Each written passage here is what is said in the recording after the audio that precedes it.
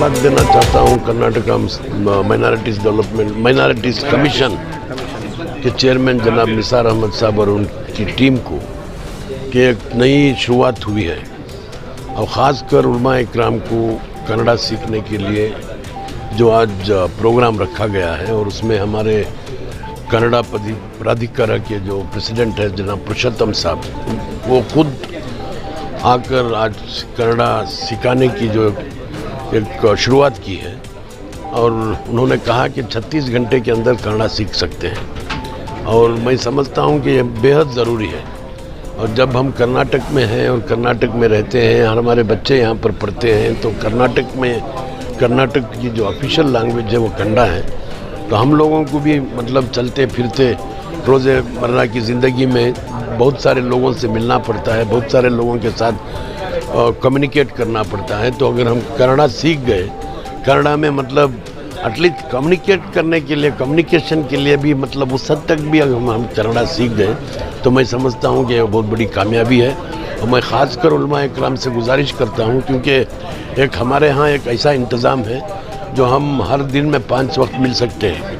तो जब 5 वक्त आप हर दिन में मिल सकते हैं तो तकरीबन 15-20 मिनट मस्जिद में गुजारते हैं, तो तकरीबन 5-15 मिनट का भी अगर ले लें तो 1 घंटा 15 मिनट हम मस्जिद में गुजारते हैं। उस वक्त हम छोटी छोटी बातों से अगर कन्नड़ा सीखने की कोशिश करेंगे तो मैं समझता हूँ कि बहुत अच्छी तरीके से हम इसको इम्प्लीमेंट कर सकते हैं और इसको मतलब बड़े अच्छे तरीके से हमारे बच्चों को सिखाने का भी एक मौका मिलता है। और इसके साथ साथ मैं उलमा इकराम से ये अपील करता हूँ कि हमारे जितने भी ख़ासकर पेरेंट्स लोग हैं, वालिदैन हैं, उनको भी आप कहें कि भाई जब कभी भी जब आपके स्टूडेंट्स बच्चों को स्कूल में जमाते हैं तो कन्नड़ा सेकेंड लैंग्वेज या थर्ड लैंग्वेज कन्नड़ा लें, तो कन्नड़ा सीखने से मतलब काफ़ी अच्छे फ़ायदे होंगे और उसमें एक अच्छा माहौल भी बनेगा, भाईचारे की भी बढ़ेगी और एक दूसरे को पहचानने में आसान होगा। जब तक हम कम्युनिकेशन से लोगों का दिल भी जीत सकते हैं, तो इसकी एक नई शुरुआत हो तो मैं समझता हूँ कि इसमें बहुत बड़ी कामयाबी होगी। आप सब जानते हैं कि हमारे पास बहुत सा ऐसा एरियाज़ हैं जो हैदराबाद कर्नाटक का भी एरिया है, ओल्ड मैसूर का भी एरिया है, जहाँ पे लोकल जो ज़ुबान है कन्नड़ा वो आमतौर पे हमारे लोगों को स्कूलों में और कहीं भी पढ़ने का मौका नहीं मिला था और मौके नहीं थे पढ़ने के, सीखने के। सब सीखना चाहते हैं मगर उसके मौके नहीं थे, तो इसलिए उसकी शुरुआत करने के लिए कन्नड़ा डेवलपमेंट अथॉरिटी के चेयरमैन से मैंने बात की तो उन्होंने एक अच्छा कोर्स डिज़ाइन किया है, बहुत मुख्तसर सा अच्छा सा।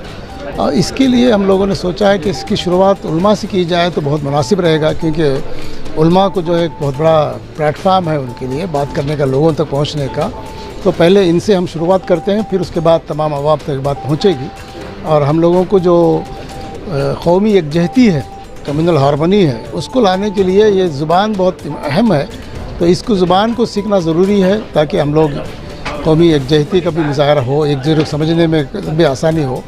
इस सिलसिले की शुरुआत करने के लिए मैंने कन्नड़ा डेवलपमेंट अथॉरिटी के पुरुषोत्तम बल्ली से बात की और वो बहुत जल्दी तैयार हो गए उसके लिए और अल्हम्दुलिल्लाह आज उसकी इफ्तिताह भी हो गई है।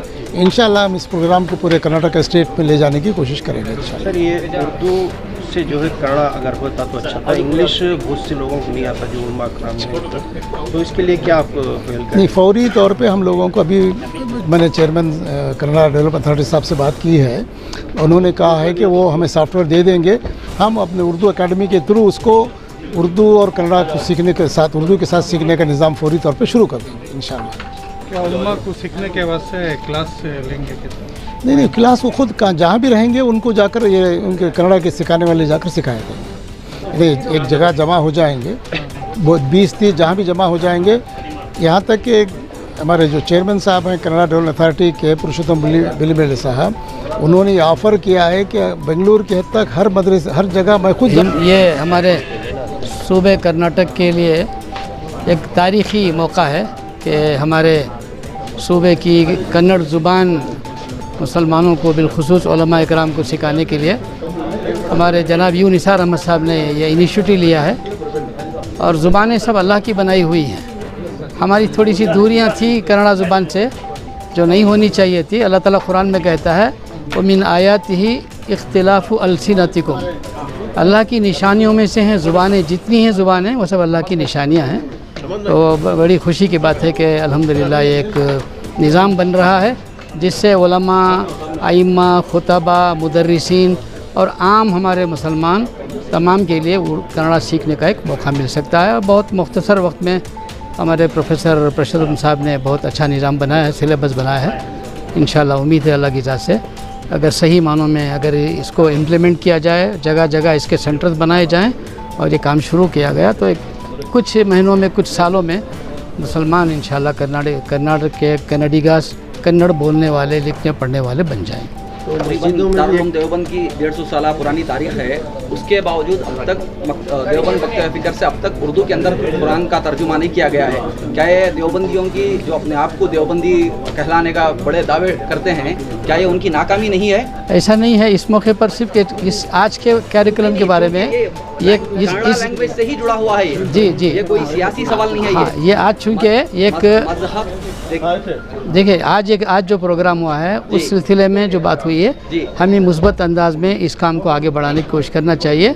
उसके लिए मौका अलग है, उस मौके पर अलग बैठ के बात करेंगे इंशाअल्लाह। 150 सालों की जो तारीख है जी देवबंद की, देवबंदियों की, या फिर नदवतुल उलमा जो आता है अपने आप को मकतब फ़िक्र के एतबार से अपने आप को वो भी देवबंदी कहते हैं।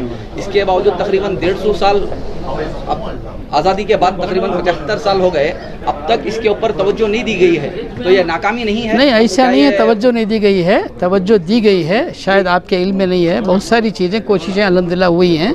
इसमें कहाँ है? आप जो बता रहे हैं ठीक है, मतलब आप कोई मुदल्लल कोई, अब हम लोग खुद उसके प्रोडक्ट है। नहीं, आप वहाँ के जो फारिगीन हैं वो खुद प्रोडक्ट है। में ट्रांसलेट किया है कि ये तफसीर है या मानी है, ये बताइए। हमारे देखिए अब्दुल सलाम पुत्तिगे साहब हैं, ये देवबंदी मकतब फ़िक्र के ही हैं, उनके वालिद इमाम हैं। उन्होंने कन्नड़ा में शानदार तर्जुमा किया है। आप ऐसा कह रहे हैं कि गोया कुछ काम ही नहीं हुआ है, इसीलिए बोल रहा हूँ पहले मालूम कर लें। कंट्रोवर्शियल चीज़ों को, नेगेटिव चीज़ों को बोलने के लिए अलग मौका है। आप अब्दुल सलाम पुत्तिगे साहब से पूछ लीजिए, उन्होंने जो काम किया है वो बहुत ही शानदार, सारे उलमा ने उसकी तस्दीक की है, देवबंदी उलमा ने तस्दीक की है। वो बात सही है, उसके बावजूद उनका हज़रत आयशा रज़ी अल्लाह तआला अन्हा के बारे में उनका स्टैंड अलग है। इससे पहले जो लोग दावत तबलीग में काम कर रहे थे, मतलब अलग अलग इसमें, वो लोग इन्हीं का कुरान दे रहे थे। जब से ये स्टेटमेंट दिए हैं हज़रत आयशा रज़ी अल्लाह तआला अन्हा के बारे में, तब से उन्होंने इनका कुरान खरीदना या फिर दूसरों को देना बंद कर दिया। नहीं, आपको गलत फहमी है, ऐसा नहीं हुआ है। मेरे अब्दुल सलाम पुत्तिगे से हमारे बड़े गहरे मरासिम हैं। अब्दुल सलाम पुत्तिगे के कुरान के तर्जुमे से हमारे उलमा भी, अकाबिर उलमा भी सब अच्छी तरह वाकिफ़ हैं और उनकी कोई ऐसी बात नहीं है कंट्रोवर्शियल जैसे हज़रत आयशा रज़ी अल्लाह तआला अन्हा के बारे में आप कह रहे हैं। उन्होंने जो मौक़िफ़ बयान किया है वो मौक़िफ़ हज़रत अकाबिर ने, उलमा ने उसको पसंद किया है। ये चीज़ें मैं शुरू में ही बताया आपको, ये ऐसी चीज़ें नेगेटिव एस्पेक्ट पर डिस्कस इस मौके पर नहीं करना चाहिए। ये काम हुआ है, इस पर खुशी का इजहार करना चाहिए, इसका प्रचार होना चाहिए। हर कन्नड़ा का मुसलमान कर्नाटक में रहने वाला वो कन्नड़ा ज़ुबान सीखे, इसकी हमें कोशिश करना चाहिए। बाकी चीज़ें वो इनफरादी बैठकर भी गुफ्तगू होती है।